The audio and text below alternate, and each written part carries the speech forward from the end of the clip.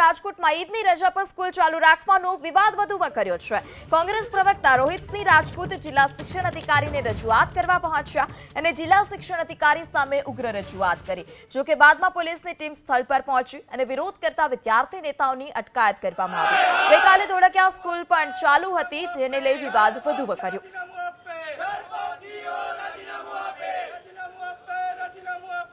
જાહેર રજા રવિવારના દિવસે રજા જ હોય।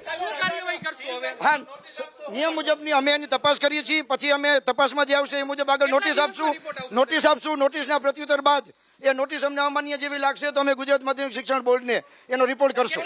અન્ય સ્કૂલ ચાલુનો મને કોઈ જ અહેવાલ નથી।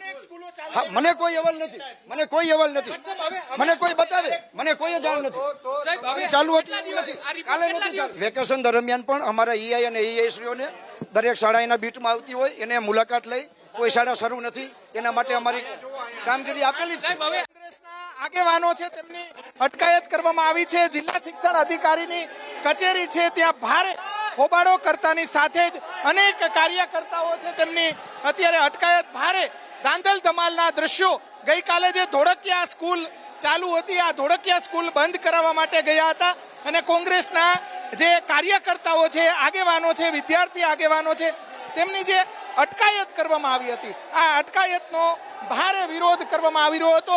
અત્યારે ટીંગાટોળી કરી અને કોંગ્રેસના જે આગેવાનો છે તેમને લઈ જવામાં આવી રહ્યા છે।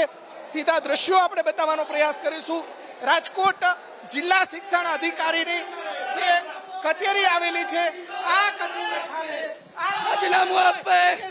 આ ડરપોક જિલ્લા શિક્ષણ અધિકારી એક ખાનગી સ્કૂલને નોટિસ આપવામાં ડરતો હોય તો આવા જિલ્લા શિક્ષણ અધિકારીને રાજકોટને કોઈ જરૂર નથી। ખાનગી શાળા સંચાલકોનો દલાલ છે આ જિલ્લા શિક્ષણ અધિકારી।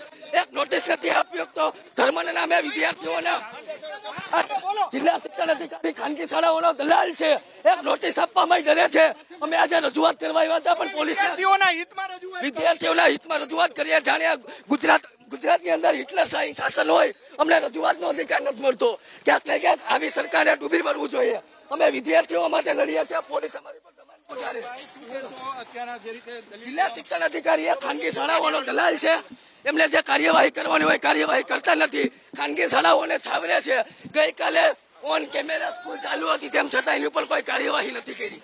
આવા દલાલીઓને રાજીનામું આપી દેવું જોઈએ। આવા જિલ્લા શિક્ષણ અધિકારી સ્વૈચ્છિક રાજીનામું આપે, અન્યથા અમે ધોળકિયાના માલિકના ઘરે ઘેરાવ કરશું। જ્યાં સુધી જિલ્લા શિક્ષણ અધિકારી કડક કાર્યવાહી નહીં કરે અમે આવનારા દિવસોમાં ડીઓ ઓફિસે ઘેરાવ કરશું।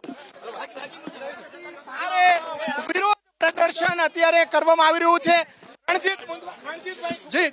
રાજકોટની જિલ્લા શિક્ષણ અધિકારી કચેરીએ આજ રોજ જિલ્લા શિક્ષણ અધિકારીને આવેદન પત્ર આપવા આવ્યા હતા કે ધોળકિયા સ્કૂલ વાળા કોઈ ભાજપ સરકારના મહામંત્રી હોય રીતે વર્તન કરી દે। રાજકોટની અંદર ત્યારે રજૂઆત સાંભળવા પણ ડીઓ ત્યારે તૈયાર ન હોય, પોતે બચાવ કરી રહ્યા છે। જ્યારે